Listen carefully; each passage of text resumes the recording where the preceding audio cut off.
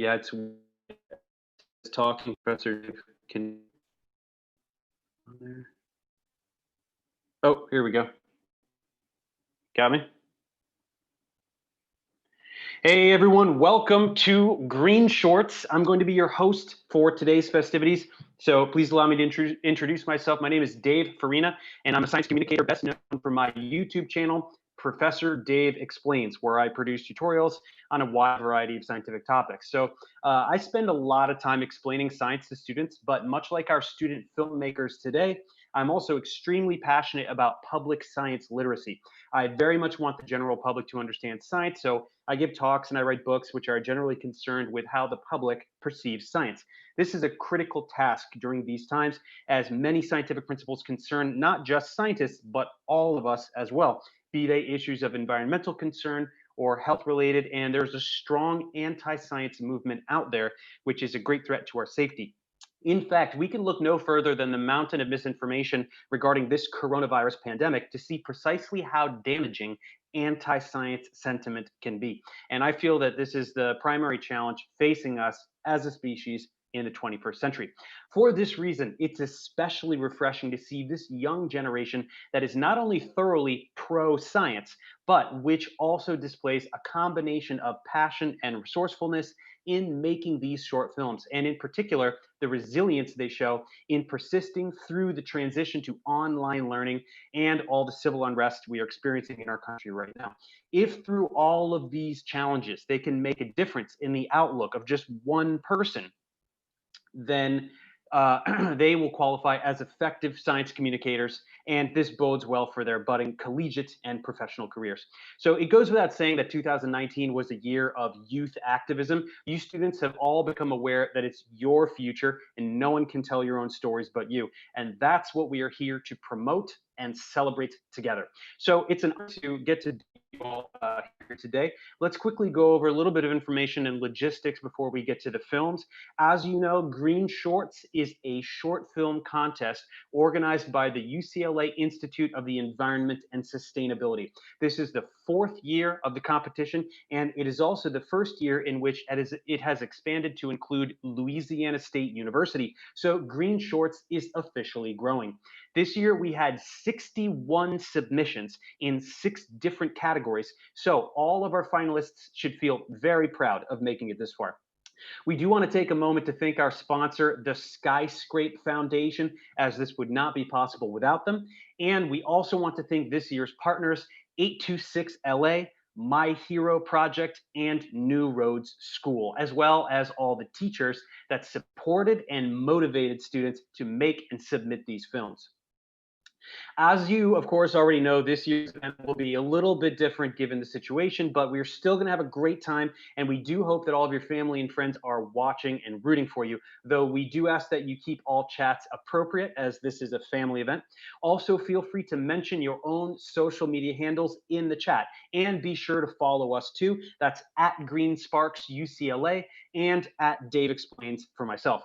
So the way that tonight is going to work is as follows. We are streaming on the IOES YouTube page, the link to which you can find in this corner here. And this stream can be shared on Facebook, Twitter, or simply by texting your friends, and we encourage you to do so. We want to also thank the behind the scenes team. It took quite a bit of work to pull this off. So please forgive any brief hiccups that may occur as we navigate through all the films and all the logistics. And we do expect the running time of the event to be about 2 hours, just as the live event would normally proceed. Now, even though we're not all together in one room, there will still be some interactivity. I will get to briefly interview all the winning filmmakers. So in order to execute this properly, if your Zoom name does not match your real name, please leave a comment in the chat now identifying yourself by name so that we can spot you. If your film wins your category, while the movie is playing, you will get a request to be promoted to panelist, and then you will get a request to turn on your audio and video, at which point we can begin the Q&A. So if you are announced, just be vocal in the chat so that we can identify you. The winning film will be shown when announced, followed by a judge commentary video, and then we will get to have some Q&A with the winners. And then all of the runner-up films will be shown continuously after the awards. So we will get to see all of your wonderful films today. As we move through the categories, we encourage everyone to use the chat function to cheer each other on and root for your favorites. And winners, keep an eye on the chat to see all the love you're receiving. So that's all the logistics we have to get through. Let's go ahead and begin. Without further delay, let's get into our first category, Watertopia.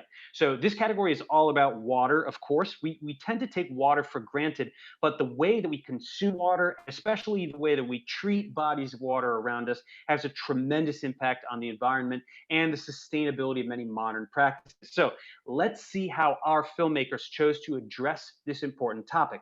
The finalists in this category are Floating Towards Extinction, Brian Keller from Environmental Charter High School. An Alternate Universe by Shahzabe Siddiq and Danielle Dang from Environmental Charter High School. And Renewable Man and Recycling Boy 3 by Eddie Correas, Hayu Ishisaka, James Lipset, and Sebastian Tamayo from Environmental Charter High School. So Environmental Charter High School really brought the heat in this category. Great job, everyone. And so the runner-up for this category is Floating Towards Extinction. And the winner of the Watertopia category is An Alternate Universe by Shahzabe Siddiq and Dan.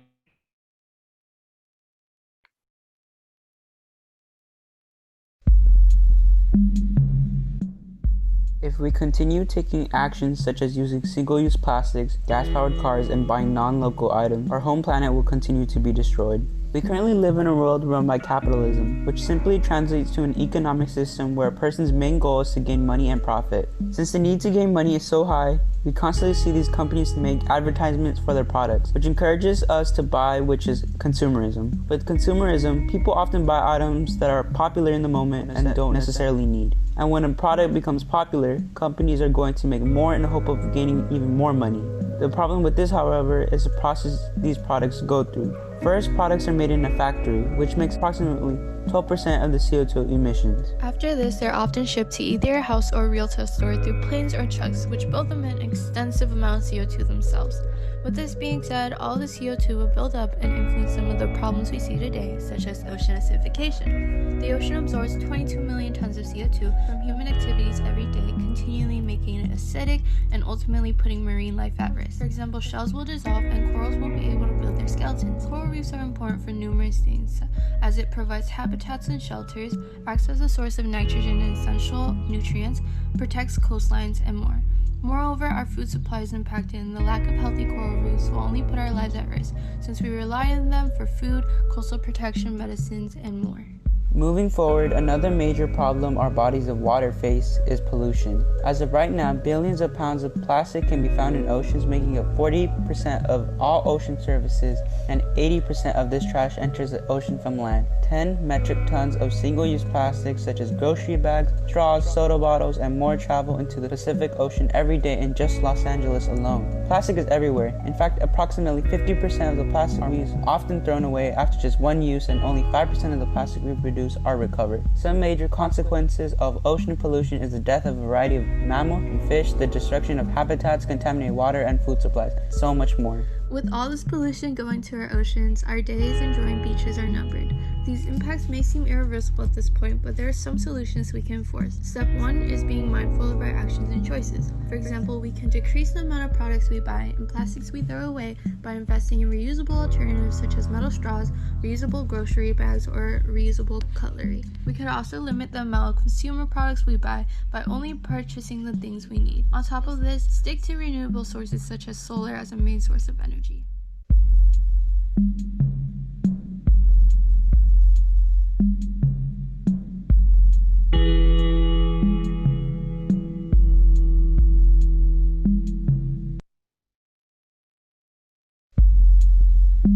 Hi, I'm Whitney Weibel, a judge with GreenShorts. This year, all you filmmakers should be so proud of yourself for the work that you've done and the films that you've accomplished. This year in Watertopia, An Alternate Universe did a phenomenal job explaining a problem with facts that are on point and powerful, while also providing solutions that are accessible and obtainable to all of us. Simple steps to help make the environment better, specifically the ocean, with which we rely on greatly. Great job, you guys. Congratulations. Keep filming, keep being creative, keep sharing your ideas and your vision with everybody.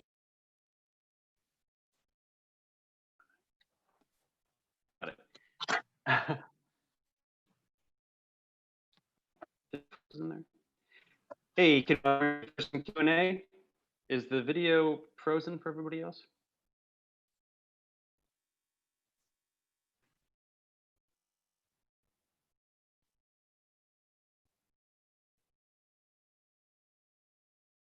Stand by. We're just we're working on a issue with the video.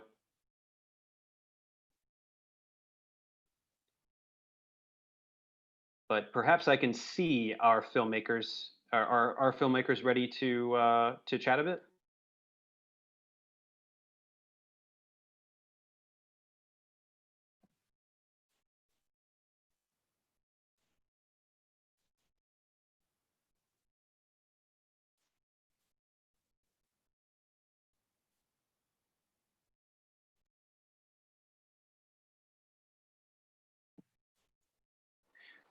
Okay, so am I talking to the filmmakers? Hi. Hi. Hey. Okay, so first of all, just I wanted to make sure I was pronouncing everyone's names correctly. Is that Shahzabeh? Is that correct? He usually refers to himself as Shaz, but he's not. I don't think he's in this call right now. Okay. Yeah. No worries. Okay, so yeah, I have some questions. This is first of all, congratulations, great job on the film. Obviously, first I wanted to ask you about the animation style. How did you arrive at this kind of animation? How long did it take? Can you tell us a little bit about that process? We didn't really have like a solid plan at first. It kind of just grew as we went, and we started like thinking of what we should do. So we didn't really have like a style in mind of like the animation. Personally, Shaz and I aren't really good at like drawing and stuff, but we tried our best, and then that was the result of it. And then it took a while for us to actually learn and get used to the app. But then after field like trials and errors, we did it. Yeah. What was the app you used? Excuse me. What? What was the app you mentioned? You were using an app to do the animations, or? It was an app called Flip-A-Grid. Yeah. Very cool. Very cool. It was definitely effective. I was also curious about the title, an alternate universe. How did you arrive at that title? What does that mean to you? Hi.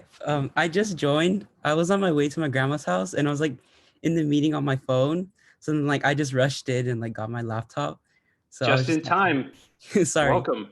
So answering Congratulations. the question, our first idea was to like make a film about like an alternate Earth that was like destroying the environment and like polluting, and like to show another place where it's like where they're doing like the right stuff, they're on the right track, and to show like the differences between like, oh, how they're doing and how we're doing. So like due to like the coronavirus, we couldn't really do that idea. So then we kind of had to switch our idea to like basically show like if we continue to do all of these things, this is what will happen by like this certain amount of time. So the alternate universe. So like, but not really Right. alternate. Well, that's fantastic. I mean, given the challenges of the current situation, that you were able to sort of like have your idea, but express it in a different way, and still have something that was so effective. That's really fantastic.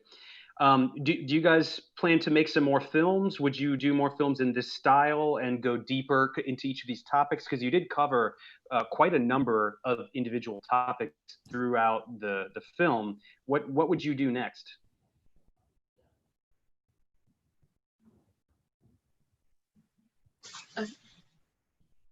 I Either of would. you guys. Okay.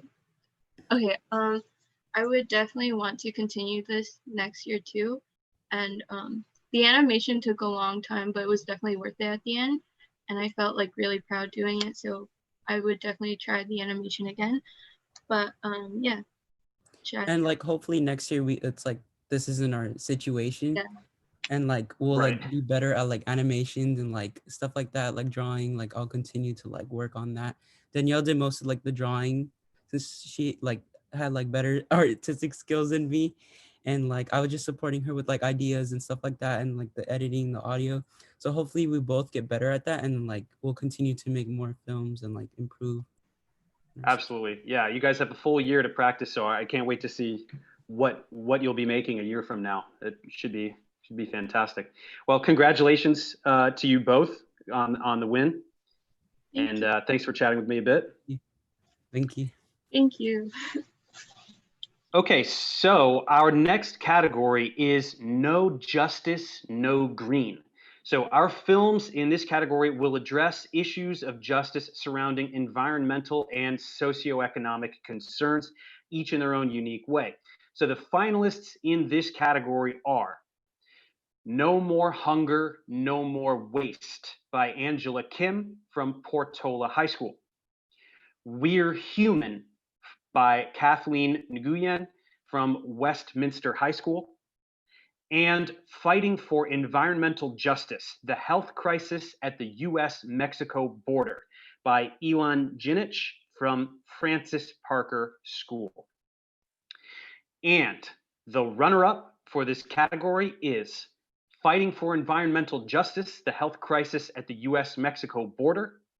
And the winner of the No Justice, No Green category is No More Hunger, No More Waste by Angela Kim. Chew on this. In the United States, 30 to 40% of the food supply turns into waste.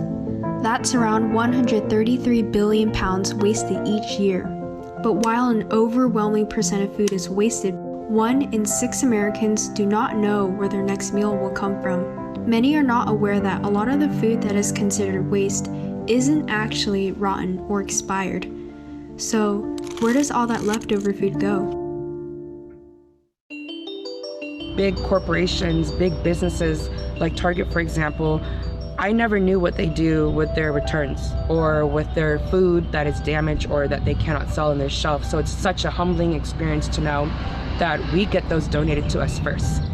My name is Chris Kim, and I here at the Second Harvest Food Bank am a food handler and a processor. Second Harvest is one of 2 very large food banks here in Orange County, and we support 312 pantries and partners out in the community that are actually our frontline partners to make sure that food insecure families in Orange County, food insecure children and seniors are getting food, nutritious food, on literally a daily basis. And we also have a grocery rescue program where we are taking food that is near expiration date or that they're over what the supermarkets need. And when it arrives through our doors, it is our responsibility as a team at Second Harvest Food Bank to make sure that food is entering our facilities safe. It is at those distribution centers, whether they're soup kitchens, transitional housing, pantries, that food insecure families in Orange County, and most folks don't know there's almost 300,000 food insecure individuals in this county. That's how they get their supplemental food that comes through Second Harvest.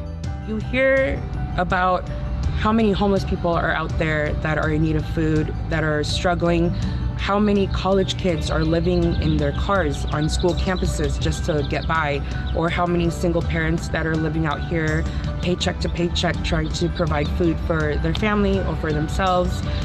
And all of that feeling comes from you wanting to help that next person. You always feel good when you work for the greater good. It's a reminder of reality that not everyone has what many of us have, and that's the economic power to buy food and feed our families. So that is sobering to realize that there is that much inequity and injustice in our society. But the upside is that there are many of us that work to level the playing field and make sure that folks have a fighting chance, and at a real basic level, as we're going through today, that people have food to eat. And you sleep better at night knowing that.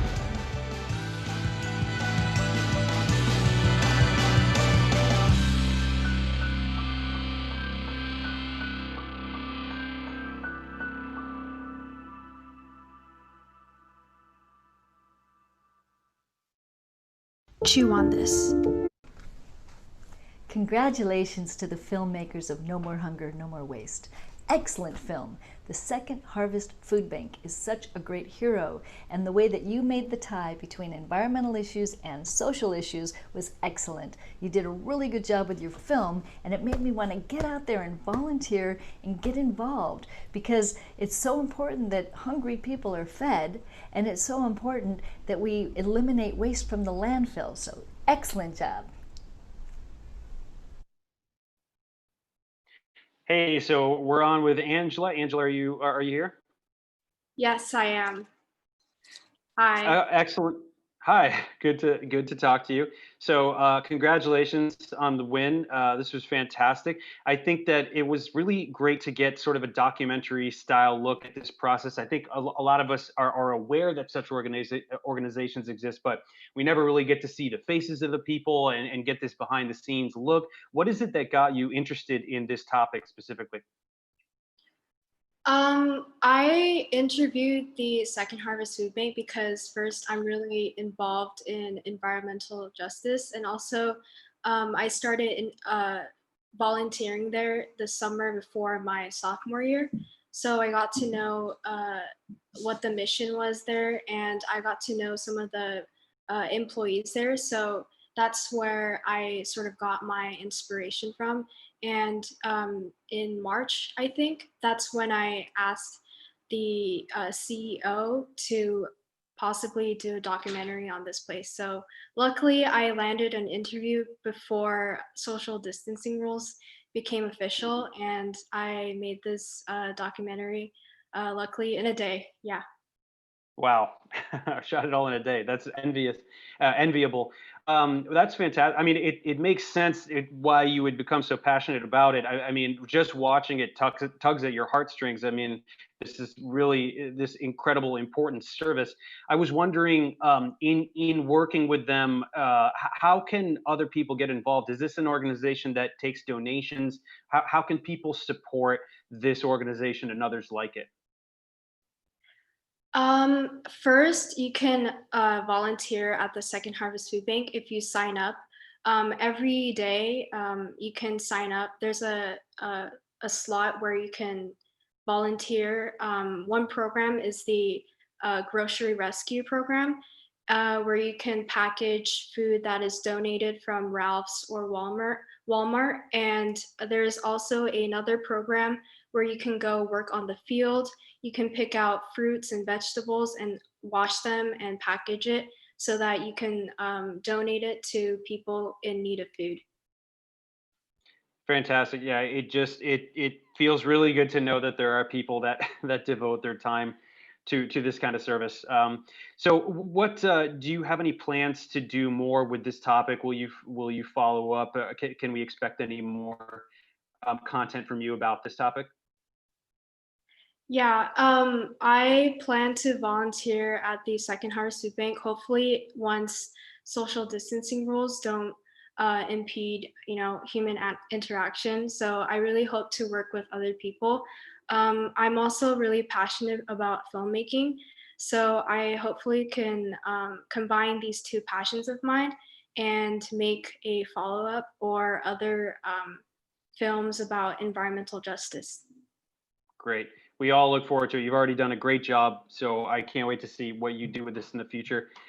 Congratulations again on the win, and best of luck with films in the future. See Thank ya. you.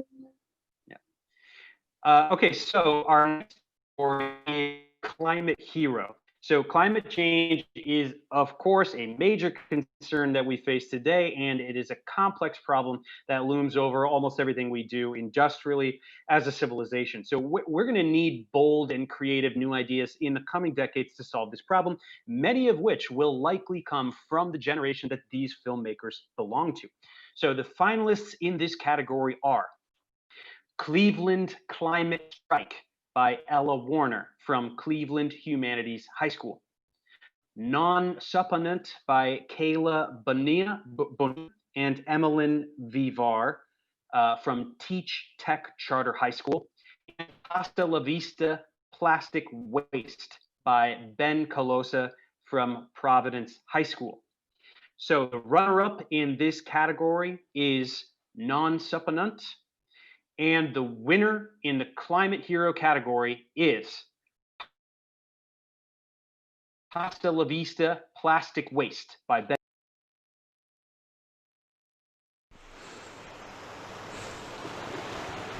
We live in an incredible place called California. Beautiful, sun-kissed, golden California. And here in California, we're known for a lot of things. Our bustling cities, our peaceful suburbs, and our picturesque sandy beaches. And if you've ever been to a Golden State Beach, you're probably familiar with all of that classic summertime imagery. The blazing sun, the fun-loving people, refreshing drinks, the scorching sand, and the cool waves of the ocean. It's practically paradise. But paradise isn't just for us to enjoy. We share these beaches with some beautiful creatures. From seals, to sand crabs, to seagulls, they all call our beaches home. And what are we doing? We're being horrible house guests, dumping our trash right into their front yards, destroying the delicate ecosystem of their neighborhoods, and disrespecting the beaches we share. Recent studies on plastic pollution estimate that there are at least 5.25 trillion pieces of plastic waste floating in the ocean. And according to the Ocean Conservancy's Tides database, about 60% of all beach litter is plastic. At this rate, who's to stop our beaches from being completely overrun with trash? Well, one establishment here in Malibu, California, Paradise Cove Beach Cafe, has taken the initiative to eliminate plastic waste with the invention of the pasta straw. The pasta straw is an alternative drinking straw that's made of, you guessed it, pasta. Eager to find out more, I visited Paradise Cove to get some insider information on the pasta straw. The city of Malibu passed a law that disallowed using plastic forks or utensils or straws. We wanted to go along with that, and we feel good about keeping the environment clean and always look for ways to do that. So prior to that law going into effect, the owner came up with the idea of having pasta straws instead of plastic straws to use.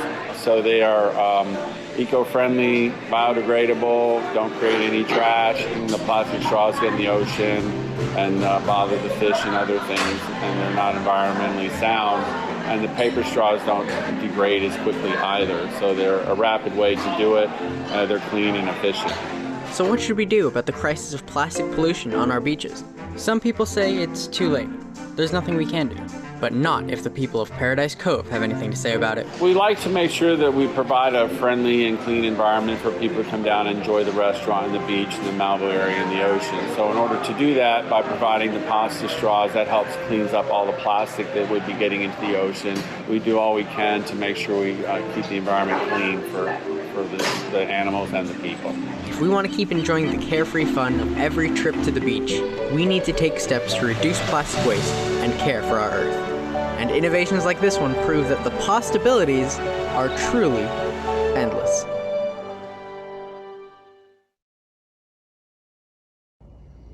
Hey, my name's Jesse Sisgold. I'm president and COO of Skydance Media and a judge on the GreenShort film at UCLA.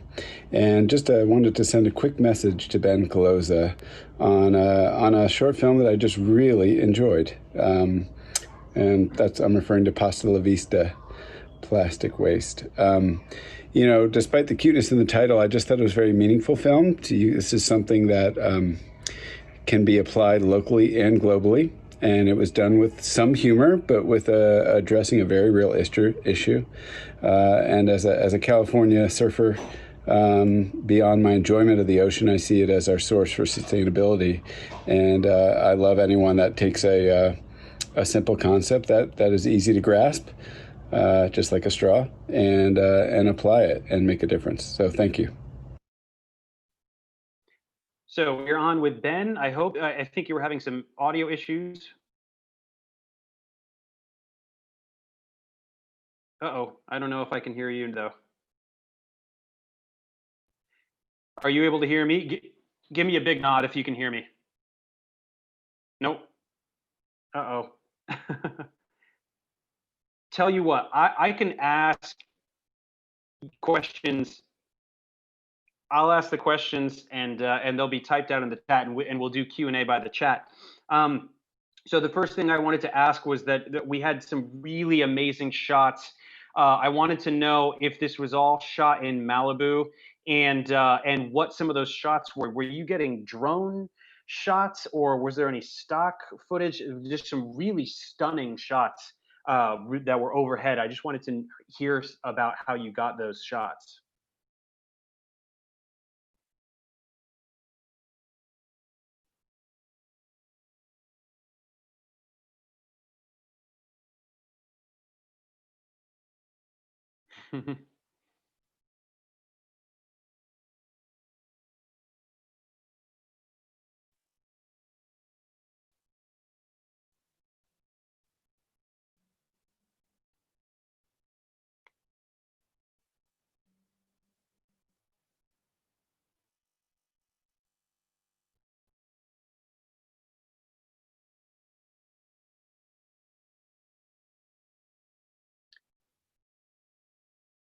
So we're just waiting for Ben to type out his answer to the question, and so just shortly we'll be able to chat about that. Just waiting to okay. Uh, got it. Okay, so we're just waiting to get that answer copy and pasted.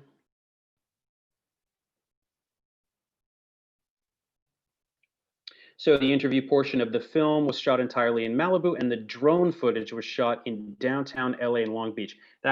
It was so good, the drone footage, that I really thought it was stock footage that you had. That I mean, it looked so good.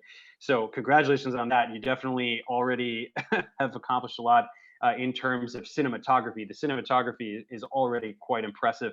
The next question I wanted to ask. I mean, this is just such a cool idea, and I really like these little clever ideas that can contribute in a small way to an eco-friendly practice. I know that there has been a lot of opposition to the paper straws. So this pasta straw is a really clever idea because it's not it doesn't do what the paper straw does. So I was wondering, how did you hear about these paper straws? Were you in Malibu and you came across this location, or how did you become aware of this? And now standing by to receive text response.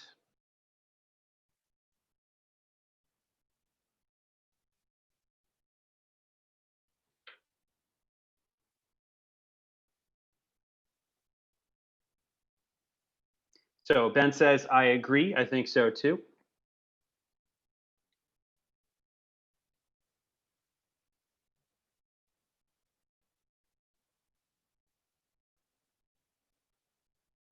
And just looking for a follow-up about hearing about the straws.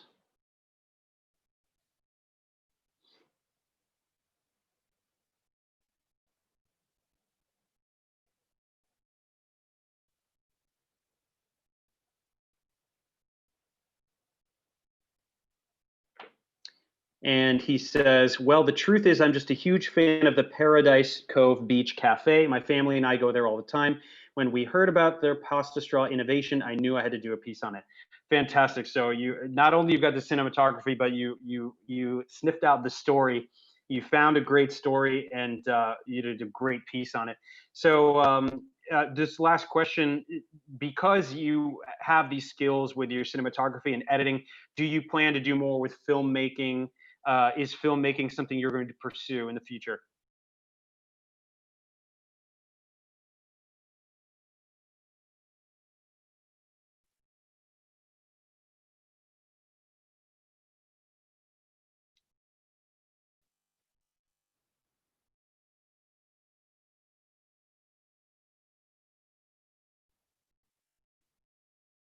Yeah, so what people are sharing on YouTube, that just the plastic straws, I mean, the plastic straws are a problem environmentally, and then the paper straws have been not so great because of the consistency. They get wet. So I think a lot of people viewing on YouTube are agreeing that this is a really creative and effective innovation. A pasta straw remains hard, like the straw that you want to be using, but is not environmentally friendly. So Ben says, "Oh, absolutely. Filmmaking has been a passion of mine for a few years now, and to be able to use it to shed light on environmental issues and efforts like this one has been really personally inspiring to me."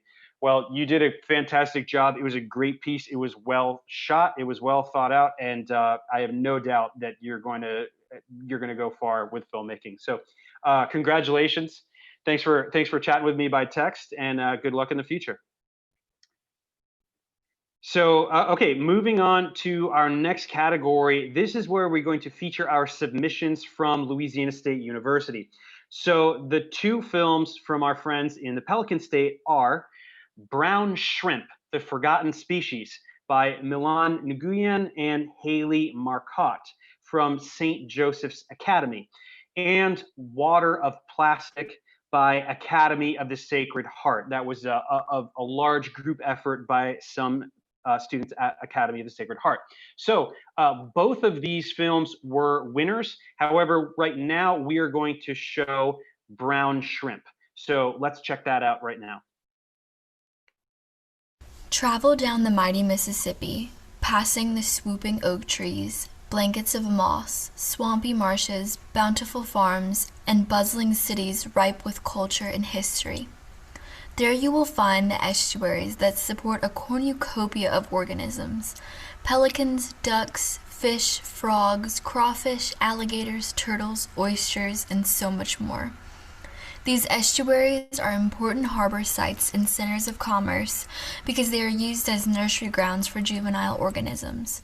But there is one small organism overlooked, yet at the foundation of Louisiana's economy: brown shrimp. Sustaining over almost half of the United States wetlands, Louisiana's estuaries are essential to juvenile organisms like brown shrimp. Estuaries, usually a brackish salinity, sometimes become too salty or too fresh for these organisms from the effects of saltwater intrusion due to coastal erosion, freshwater inputs, levees, bulkheads, and even the Mississippi River Diversion Project, which plans to divert the river water and sediments into the existing wetlands and attempt to rebuild them. Unfortunately, this will also alter the salinity concentration, which will affect brown shrimp distribution, growth, and mortality, and the diverse group of organisms that live there. Unfortunately, scientists have not yet determined which salinity concentration is ideal for brown shrimp, so that engineers and leaders of our coast can establish restoration projects that enable brown shrimp to prosper. Louisiana brown shrimp support nearly 30% of the U.S.'s brown shrimp fishery landings, so it is important to understand how coastal erosion and coastal restoration projects to combat land loss will affect juvenile brown shrimp in coastal Louisiana. So next time you enjoy the delicacy of brown shrimp, fish in the deep Louisiana swamps, or see promotions for coastal restoration projects, support them. But always remember our small friends who will be impacted and spread awareness with us. I'm Dr. Linda Vui, Professor of Environmental Sciences at Louisiana State University. I'm very excited about the submission for Wild Louisiana, which highlighted the brown shrimp and the diversions and coastal restorations in Louisiana. The students' beautiful film explained very important considerations when we restore our coast, and that we should not forget about the small things that are very important for the livelihood and the economy of Louisiana. The film was beautiful, it was well narrated, and I'm very excited for y'all to see it now. So we are on with Milan and Haley. Do we have both of you here for Q&A? All right. I can't hear Haley. Oh, okay. Can you hear me? Yes. All right. We've got you guys. Okay. So fantastic job. Congratulations. It was wonderful. I feel like I was whisked away from California into a completely new ecosystem and a new land. So what is it that drew you to this topic and this species of shrimp in particular? Right. So Louisiana's coastal brown shrimp actually support nearly 30% of the U.S.'s brown shrimp fishery landings. And so we thought with the current issues with coastal land loss and erosion, it was important to highlight an organism that many people are unaware of since there's such a large focus on oysters and fish and things like that. And so we wanted to make sure that people understood that it wasn't just those organisms that are being affected, but also brown shrimp. Very good. So it's fascinating to hear about your region. Most of us are live in California. Is there anything else you can tell us about where you live? Are there other environmental concerns that are unique to where you live? Give us a little more of a taste of where you are. Of course. So in Louisiana, we suffer a lot from coastal erosion and land loss, and there are many projects that our governmental officials are trying to figure out on how to resolve those conflicts, especially with the New Orleans sinking and the flooding. And when there's hurricanes and events as such, we're very prone to, flooding and things like that. So it's often a struggle to balance our response to those environmental issues with also protecting the environment simultaneously. Yes, yeah, it's such a dual issue, having to deal with what everyone else is having to deal with in terms of climate, in addition to the more frequent environmental disasters, is quite a lot. Well, you did a great job with this. Do you have any more plans for filmmaking? Is there something in the future that you will work on in this realm? Yeah, I think I would. It was really satisfying to see how all these video clips that we took could come together and make something really cool and inspiring. Well, you guys did a great job. I mean, it was really, I really felt like I got a bit of an understanding of that ecosystem there. So great job, guys. Congratulations again, and good luck in the future. So moving on to the next category, we're going to make our way back to the West Coast. Our next category is Wild California. So the Golden State is home to a tremendously diverse array of species and ecosystems, as well as a unique set of environmental challenges, all of which deserve our study and attention. So let's see how our filmmakers take on this great state. The finalists in this category are Green Spaces for Happy Faces by Kathleen Nguyen from Westminster High School. Seeds of Hope by Sofia Torres Pomares, Daniel Torres Pomares, and Alex Yagikian from Verdugo Hills High School. And No Ceiling by Joseph Dong, Jesse Dong, James Wong, and Bing Wee from Troy High School. So the runner-up in this category is Green Spaces for Happy Faces, and the winner in the Wild California category is Seeds of Hope. My aspens dear, whose airy cage is quelled or quenched in leaves the leaping sun, all felled are all felled, of a fresh and following folded rank, not spared, not one, that dandled a sandaled shadow, that swam or sank on meadow and river in wind-wandering, weed-winding bank. Oh, if we but knew what we do when we delve or hew, hack and rack the growing green, even where we mean to mend her, we end her. When we hew or delve, aftercomers cannot guess the beauty bin. Gerard Manley Hopkins.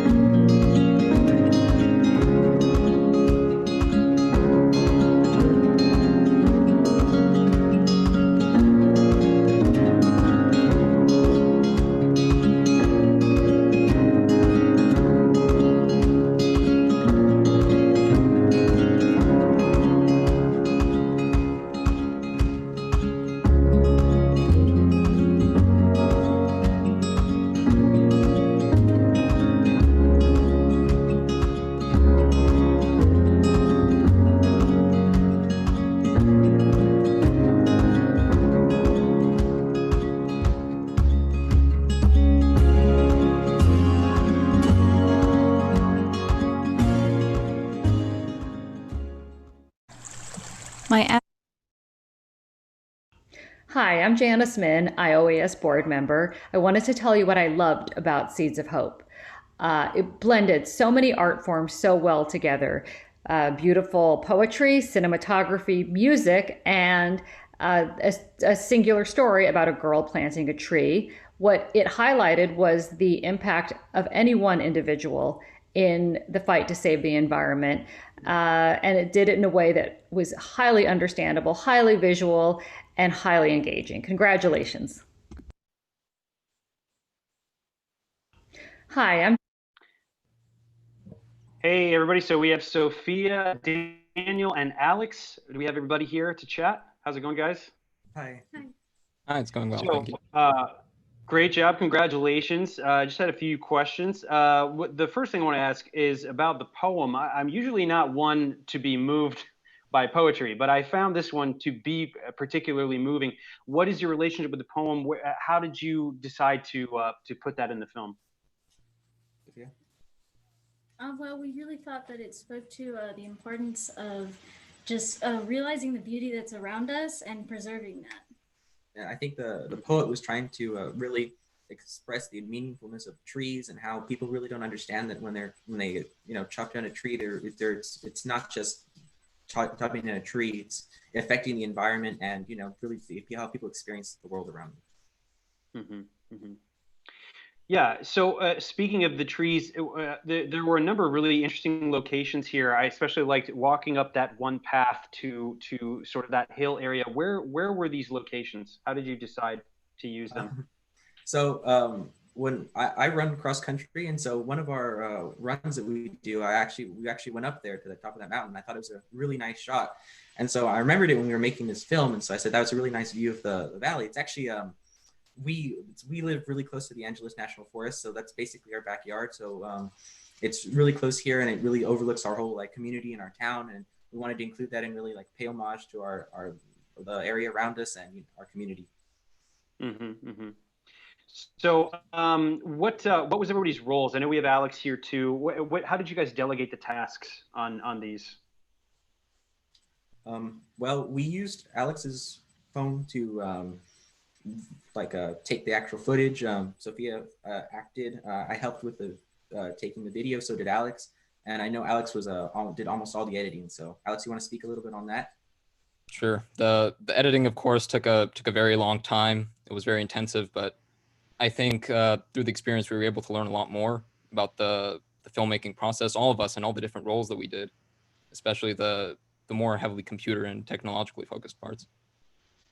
Very good. Yeah, it's a great learning experience. As someone who spends 90% of my time doing post-production as well, I feel your pain.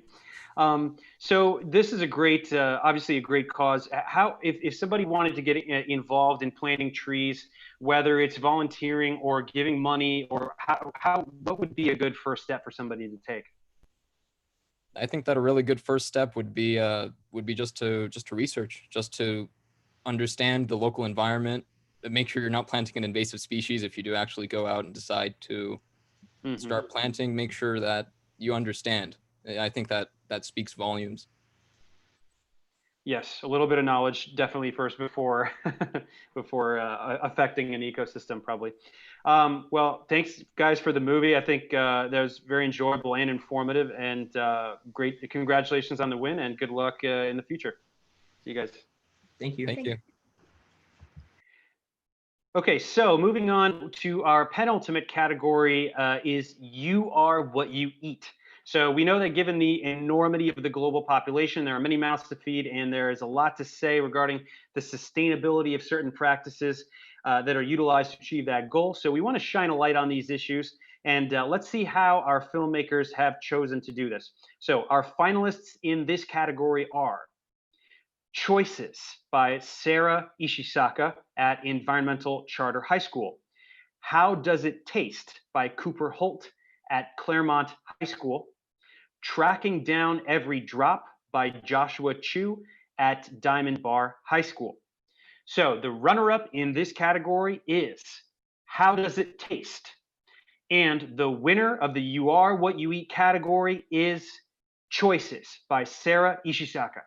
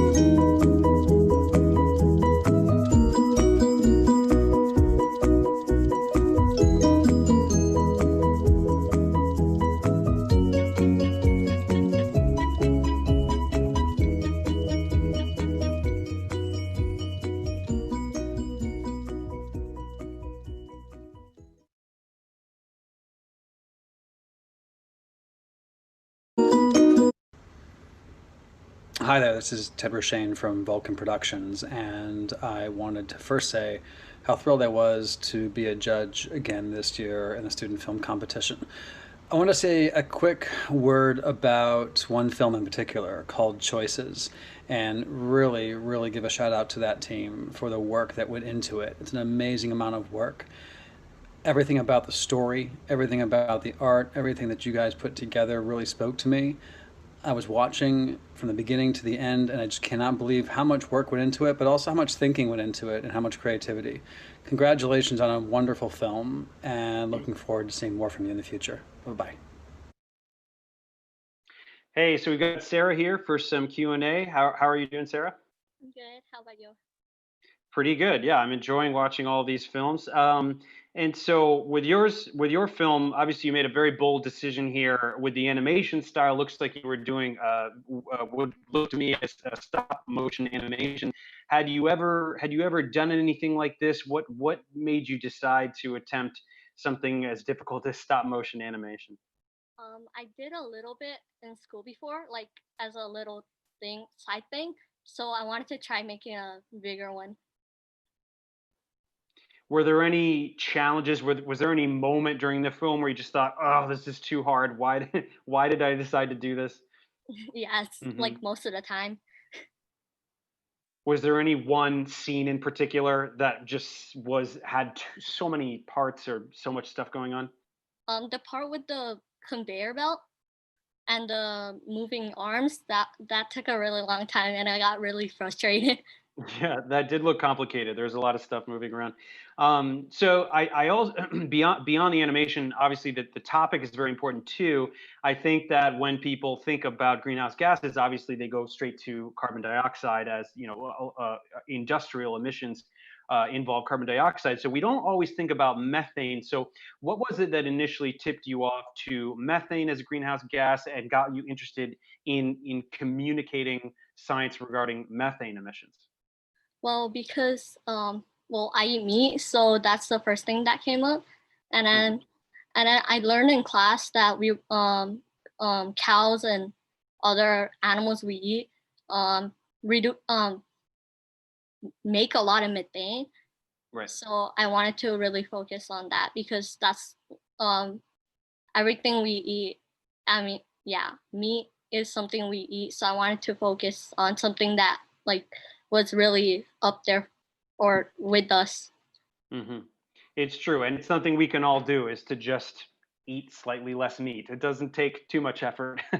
So yeah. So with the success of this film, do you plan to do more films? If so, would you do stop motion again, or would you try something a little easier to pull off, or what would you do next? I'll probably try to do a stop motion again and like maybe make Mhm. it smoother or something. Right. Yeah. Well, I think every time you do something, it gets a little easier. So with this experience under your belt, I'm sure the next one you'll know what you're getting into, and we'll see something even more impressive. So congratulations again, and thanks for the film. Thank you. See ya. So we're going to move on to the final category here. Once again, all these films have been fantastic. We've got the director of IOES watching the YouTube stream and just really enjoying all these films, saying they're much better than reading papers. So definitely brightening everyone's day with all of these. So our final category today is out of the box. So historically speaking, so many societal and technological advancements have been produced by thinking out of the box. So let's see how our filmmakers were able to apply this approach to issues of environmentalism.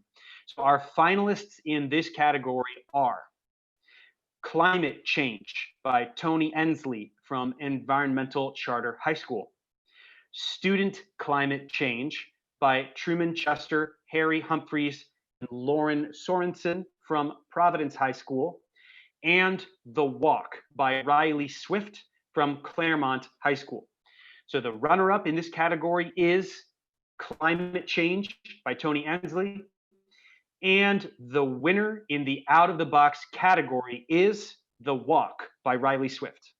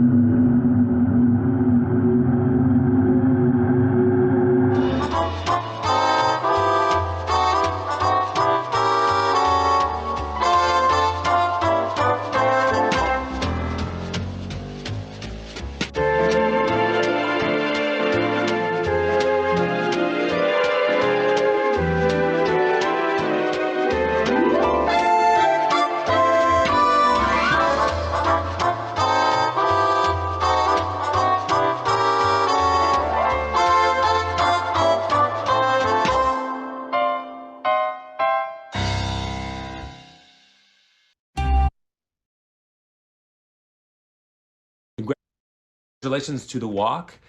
You did a great job of blending the cinematic with the message, with great music and this time shift. So it really drew me in for its artistic value well before anything else, before the message or anything, which I love that. I love a piece of work that's a standalone as a piece of art, and then the message gets right in there. So congratulations, great job. Well done. Okay, so we're here with Riley. How's it going, Riley? Good. How about you? Okay, I got you.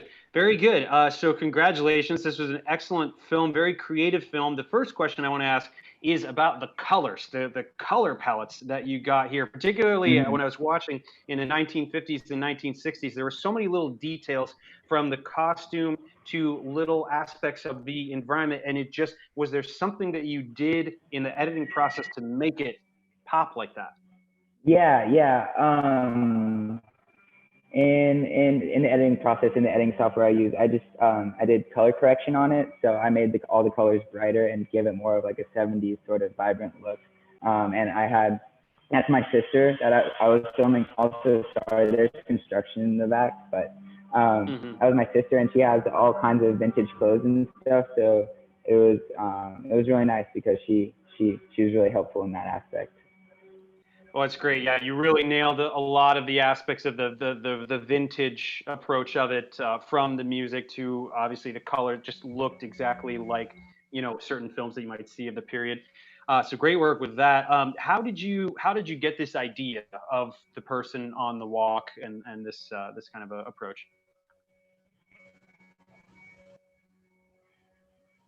It just came to you. Well, I guess I wanted to show that. Yeah, I guess I wanted to show that in the time period we are now, there's a lot of environmental concern, but it's definitely been like a buildup over the years, and there's been like a lot of issues over the years, and I guess I wanted to show that like passage of time of an accumulating effect. So I don't know. I thought of like a walk, but like just the time changes as it goes. Yeah. Right. I really like how you highlighted sort of specific environmental concerns of a certain time period, like, for example, with the CFCs, which was a very big issue, but is the perfect example of how we recognized an issue, dealt with it, put legislation in place, and essentially solved an environmental problem, which is an inspiration for current environmental problems.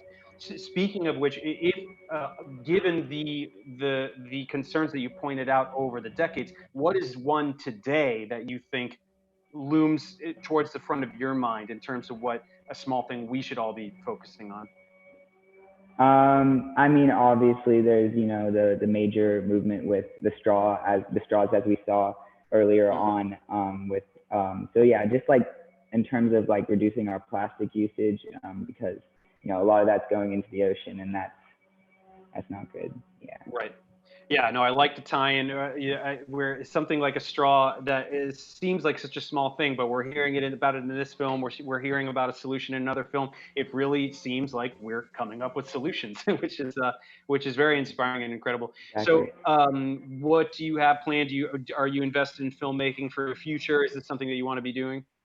Yes, yes, 100%. I'm extremely passionate about it, and I think like I finally found like my passion, and I'm really happy about it. Fantastic. It feels good to find passion. Definitely. Yeah. Well, this was a fascinating one. You definitely had a lot of really cool creative take on the concept. So congratulations and good luck with filmmaking.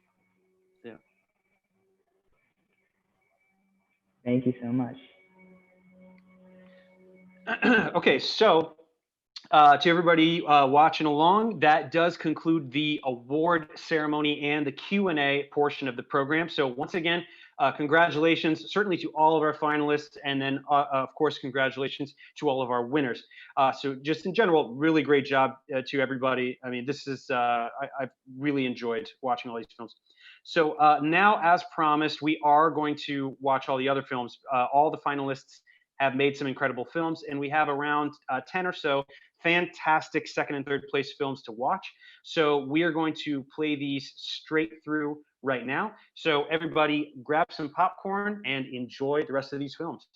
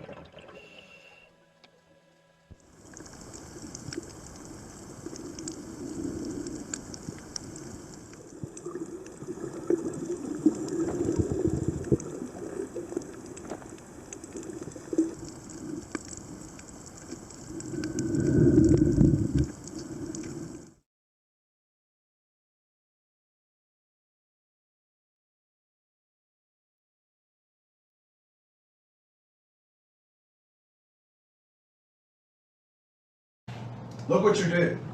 This is your fault. How was I supposed to know? We got our job done and we stopped William. You don't get it, do you? You jeopardized us all. Quit saying you, this was a team effort. What a sidekick you turned out to be, huh?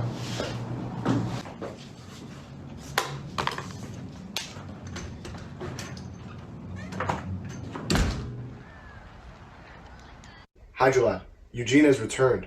I gave you a map to go find him. Go now! What's that message all about?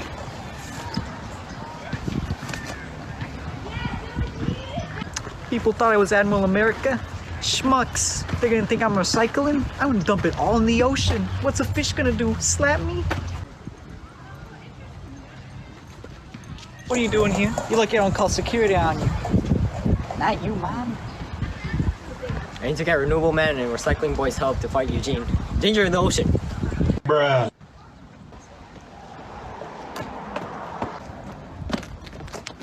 Recycling Boy. Eugene is back.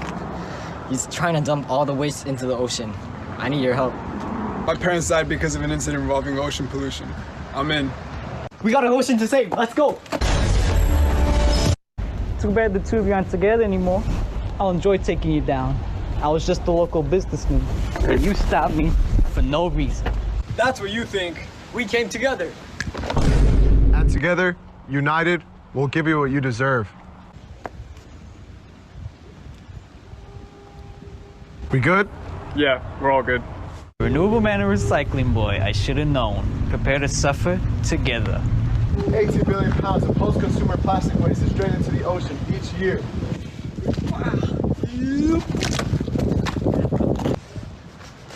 88% of Earth's ocean surface is polluted with plastic debris. Hi!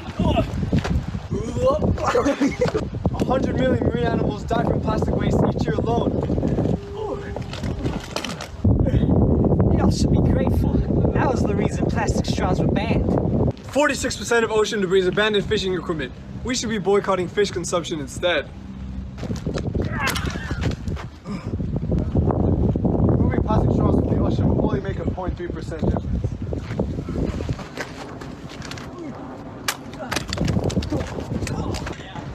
You're all wrong. You should have let me run my business. It would have been fine. It's over, Eugene. Once and for all. To be your hero, take strength from within to take care of what must be done.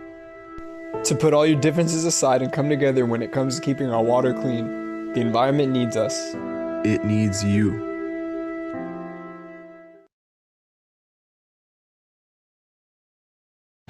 Look what you're doing.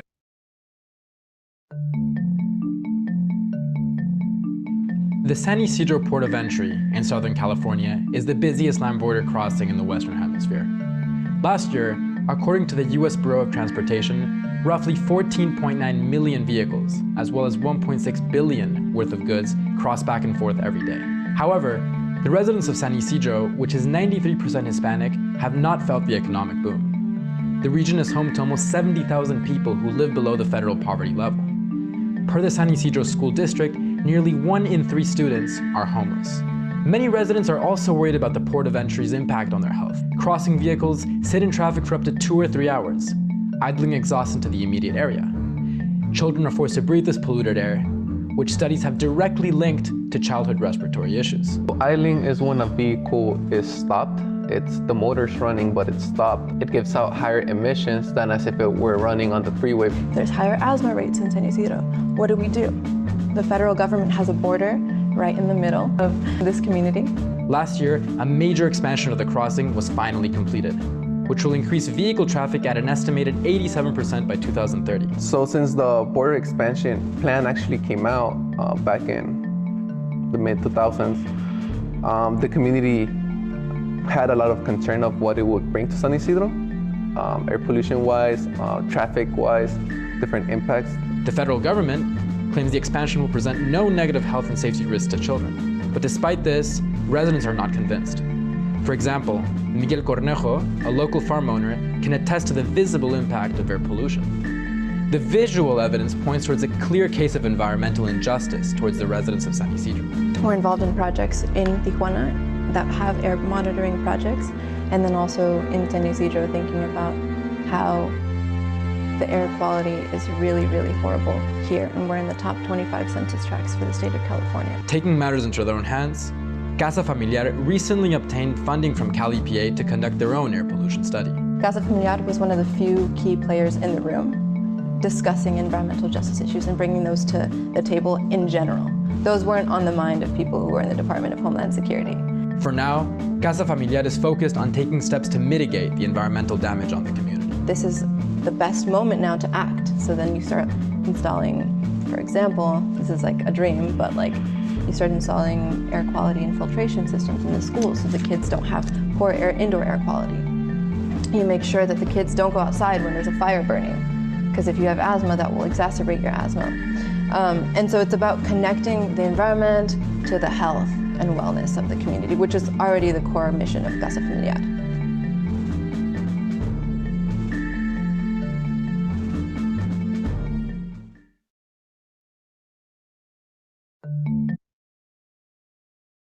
At the school I teach at, the closest closest shop for students to get food is 7-Eleven. Now 7-Eleven, great convenience store, not exactly known to be the healthiest thing out there. But if you go to Huntington Beach High School, which is the city next over, higher income community, you'll notice that right next to the high school, they have a place that sells acai bowls and organic foods. I grew up this way as a low income family. I wanted to make change, right? That's why at Viet Rise, we really value working with those that are really marginalized and want to uplift them in ways that suits them the best.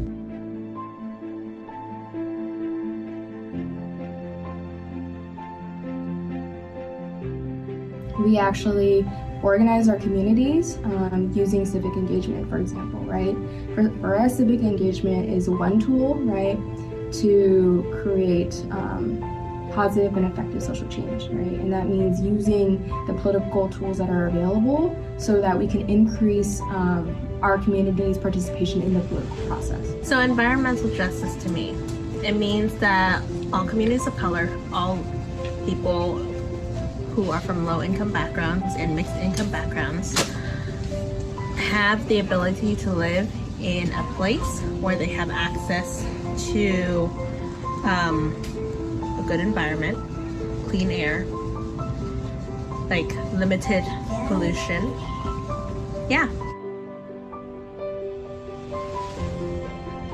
Because we're human. We're human. We're human. We're human. We're human. We're human. We're human. We are human. No matter what race we are. Our ethnic background. Our sexual orientation. Or what views we may have. We're all human. If everyone has a fair chance of living a healthy life, we're creating a future where words like color or income won't exist.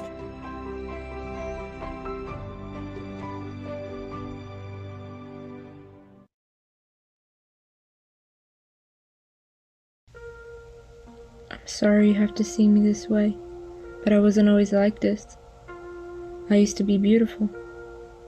In fact, I have been able to coexist with life for eons. There was balance in the world. Everything was where it was supposed to be. CO2 emissions were at a natural rate of 280 ppm, and although climate change is natural, everything changed when the humans decided that I was their supplier and not their home. The Industrial Revolution, a time of promise for the humans, but a huge compromise for myself. But I knew it was all a part of evolution. Wait, so what really sparked this huge change? I heard a term once from a man named Adam Smith. They call it capitalism. That term is only used by those that can't afford to live like we do. It was because of the way that you live that I'm here now, and you are there listening. Now back to the story. This was a dramatic change. I could not handle it. Well, I just wasn't used to it. I knew humans were an intellectual species, but could they be so ignorant to not care about how I would feel? I knew that one day, if it came to it, because of their negligence, I would evolve, but they would not be able to. So you mean to tell me there's nothing we can do? I'm pretty sure we can still stop this. We have to stop releasing harmful chemicals in such huge amounts. We have to learn to recycle. There is so much we have to stop, but we don't have the resources like the 1% do. Would you be willing to help us out? As much as I want to help save Mother Earth, there is so much at stake for us. Because in reality, what do you have to lose? Not quite. See, the thing is, everyone has something to lose here, as do I. Realistically speaking, I will continue evolving, but you all do not have that same luxury. Everyone needs to be environmentally conscious and treat every day as if it were a drought, meaning save water, buy from local farmers, reduce intake from those that have a large carbon footprint. Because all you have is me. Don't take it for granted.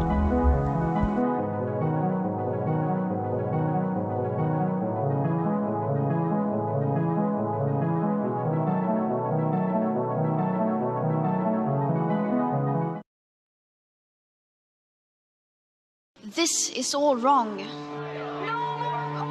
I shouldn't be up here. I should be back in school on the other side of the ocean. I believe that we will win.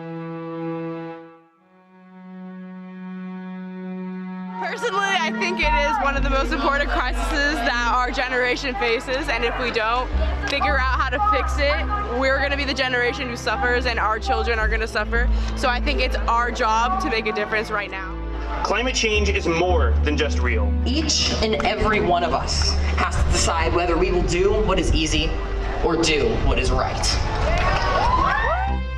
There's a bird that sings outside my windowsill, a bird that shines brilliant baby blue.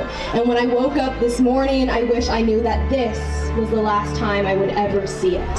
For the fire that burns in the logs of my Mother Earth is sparked by a flame that makes me want to blame because it's so convenient. For why should I be accountable for the 500 no, 4,000 no, 30,000 no, 200,000 no, 1 million species that ceased being alive just this year? If history were to continue, this moment of time would be archived by a shoelace, undone by those that put their foot down on the one strand that when all we were trying to do was walk.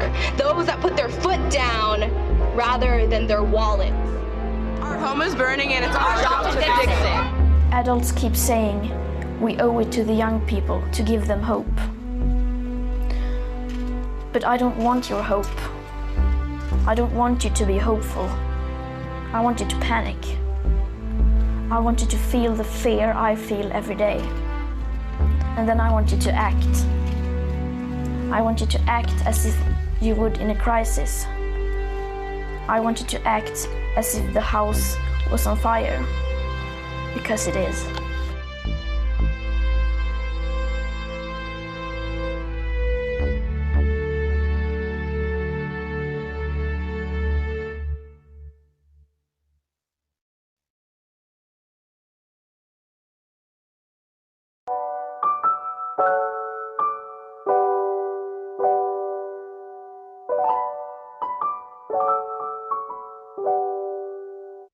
Parks are important because they are used for public enjoyment as well as they provide homes for animals such as squirrels and ducks.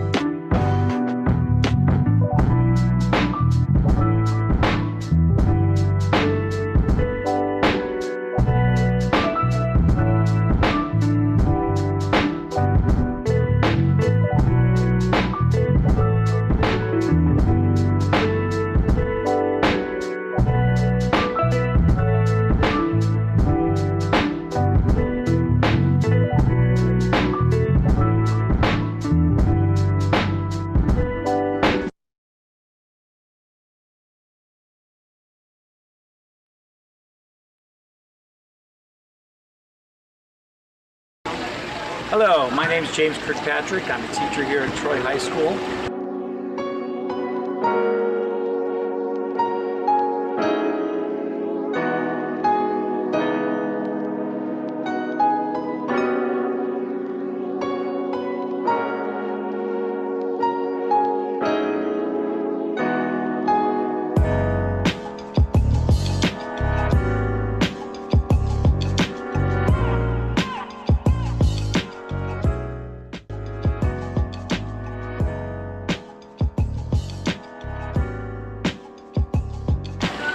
For many years, I've noticed students, looking around my classroom, bored in some ways, and going through the whole day with four walls around them, and I decided to make this place an area where teachers can bring their students and hopefully get them outdoors and have them experience education in a whole new way.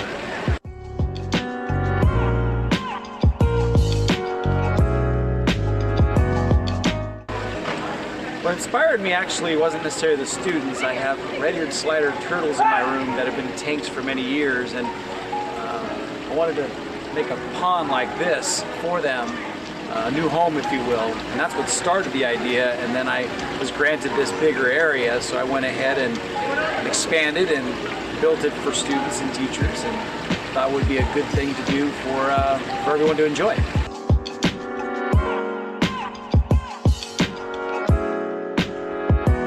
The largest impact probably with lower stress. If there's one thing I've noticed about students nowadays is there's high stakes testing going on, and a lot of stress has been imposed on the students. And my hope is that through learning in an environment such as this, that stress level will be taken down a few notches, if not a whole lot.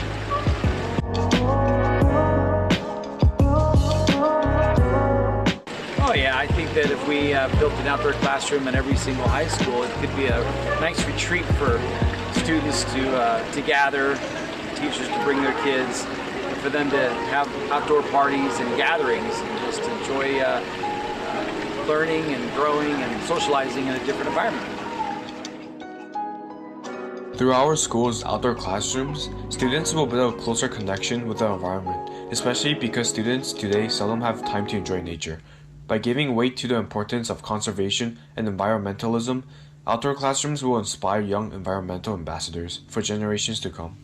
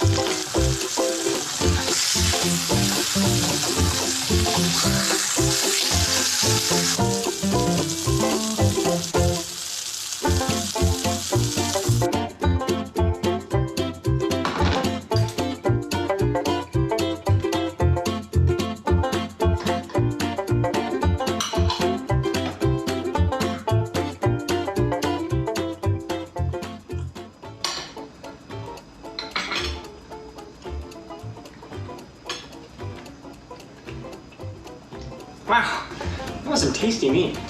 Can't believe it was only $3. I wonder how they get it that cheap though. Well, it's quite simple. And it all starts with, this is a beef cow. He weighs around 2,400 pounds and costs around $2,800. Let's name this cow Bruce. Now, Bruce and thousands of his cow friends live on specially cleared land made to hold cows. And they need a lot of room. A 2018 study found that 12.4 million acres of forest is cut down each year to make room for cows. That would be equivalent to 5 Yellowstone National Parks or 2,666,000 UTIS-class aircraft carriers. Next, our buddy Bruce needs to eat and drink. And wow, do these cows need to drink a lot. It takes, on average, 850 gallons of water to produce 8 ounces of beef, or the size of your average steak. To put that into context, the average cows can produce 450 pounds of beef, or 7,040 ounces. This is only 18% of the cow's overall weight, but that's besides the point.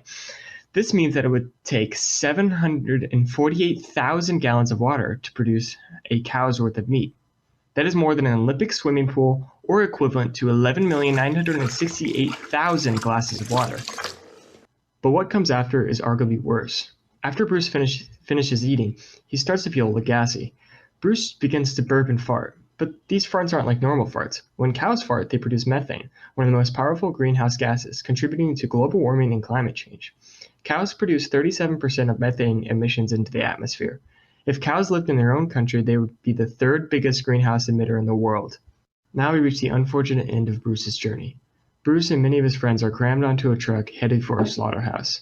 They aren't given food or water during the trip, a trip which can take days to complete. Finally, after they arrive at the facility, the cows are transported out of the truck using electric poles, forced into a chute, and shot in the back of the head with a bolt gun. The cows are cut up and their meat is packaged, preserved, and delivered to markets where they can be sold for low prices to drive demand. So the question is, how does it taste now?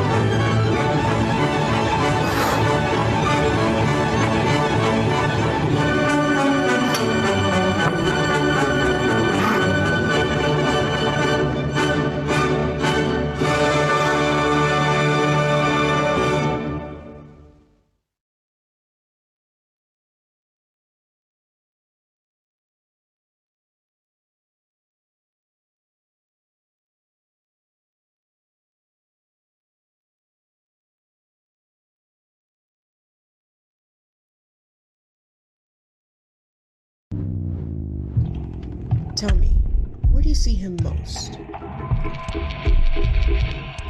Everywhere.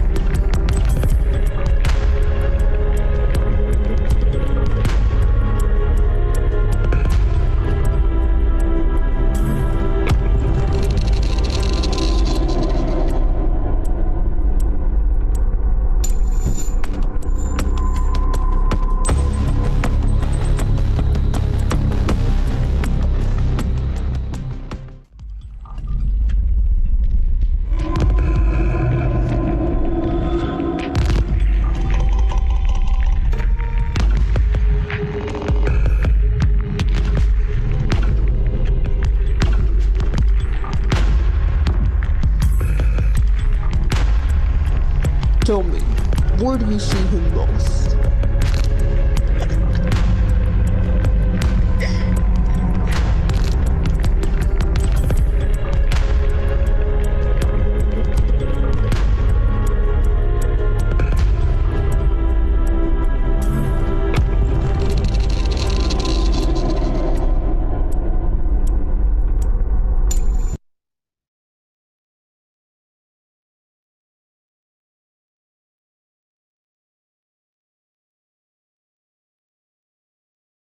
Hi everyone, I'm Harry and this is Lauren. Oh, could you get off your phone? We're in the middle of the segment. Sorry, Harry, I was too busy reading these crazy articles about politicians that still believe climate change is the result of natural cycles. Natural cycles. Bro, that's crazy. It's 2019. Isn't there enough scientific evidence to prove it's our fault? That's what I thought, but apparently not. God, I overheard your conversation and I just want you to know everything's gonna be chill. What do we do? Well, considering it's our fault the world has a fever, it's up to us to fix it. Truman, any ideas? I mean, I like to rap. Ice melting the earth, you feel? Yes, sir. Climate change. Shout out digital broadcasting. Yeah, climate change. We just gotta say our opinions. Hold up, everybody, just listen. I know we're not the same, nah. It's not all about the millions. Yeah, it's the future for our children. You stay at the base. We just gotta share our emotions. What? Share our feelings. Help the world's problems. So we all make a change. Make it to climate change. Climate, helping the world get better by addressing this problem widely. Yeah, so we as a group don't speak shyly. Yeah, people have no evidence to natural causes. It's our society's fault for problem enlarging. Yeah, don't believe in science. Yeah, no proof of evidence. What you mean? Climate change, this a real thing. This a real cause. Fix this, fix that. Climate change is what we gotta get at. We just gotta share our opinions. Hold up, everybody, just listen. I know we're not the same. Nah, it's not all about the millions. Yeah, it's the future for our children. Stay at the base. We just gotta share our emotions. Yeah, share our feelings. Help the world's problems. So we all make a change. Make to climate change. To climate change. To climate change. What? Yeah, the climate change, what? Yeah, the climate change. Pull up on you like I'm Dr. Strange, yeah.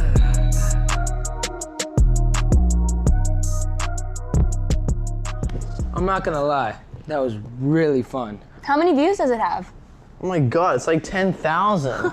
And just like that, we got the attention of people to make a change. Well, whatever form of self-expression you prefer, we encourage you to use what you're good at to make a change. All right, one last time, guys. 1, 2, climate 3, change. 4. We just gotta say our opinions. Hold up, everybody.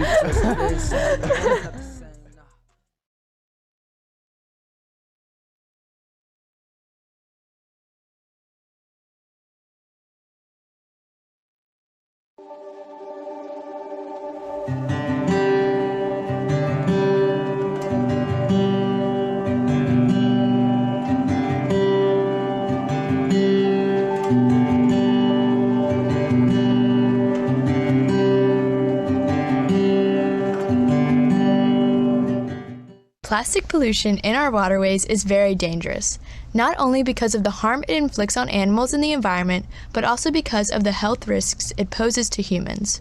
Plastics give off toxic chemicals, which inevitably ends up in our drinking water, shower water, and swimming water. Plastics also break down into microplastics, which fish, birds, and other creatures consume and can possibly die from. Microplastics in animals also harm humans because many of those creatures are eaten by humans. Therefore, humans are consuming that plastic as well. Single-use plastics are so convenient, and we don't pay the true cost of single-use plastics. So when a consumer gets a water bottle, you're not really paying for the cost of the full life cycle of that plastic item. You are paying for the convenience of being able to take it to your car, to consume it, but society is left to pay the cost of that single-use plastic. And so because it's cheap, because consumers are not being charged the true cost of dealing with that plastic, there's no economic incentive to not continue to produce more and more of it. The chemicals that are within the plastic help break down the plastic in the water over time. The time span of the breakdown varies for each type of plastic. For example, water bottles take about 450 years, while chip bags take about 3 to 6 months. Once the plastics are broken down, toxic chemicals are released into the ocean.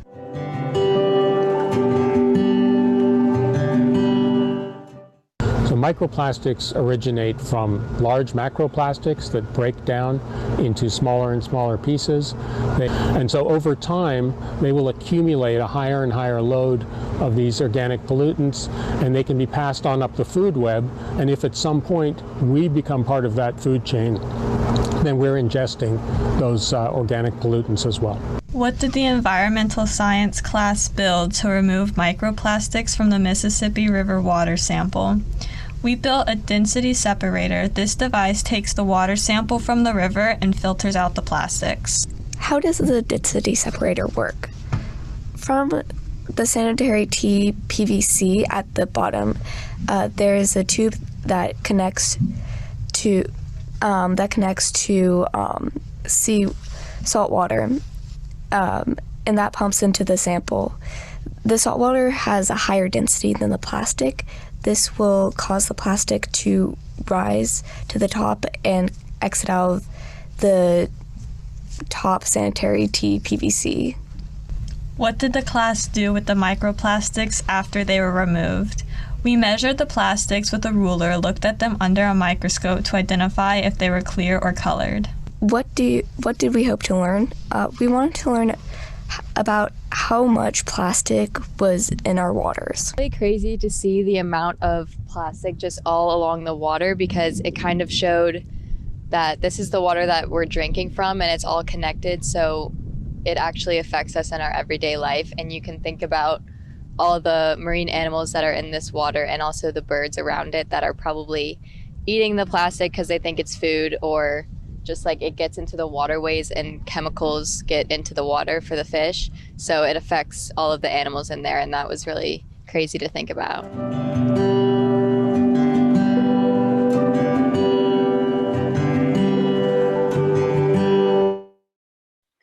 Okay, everybody, so that concludes all of the films from our finalists for this year's Green Shorts competition.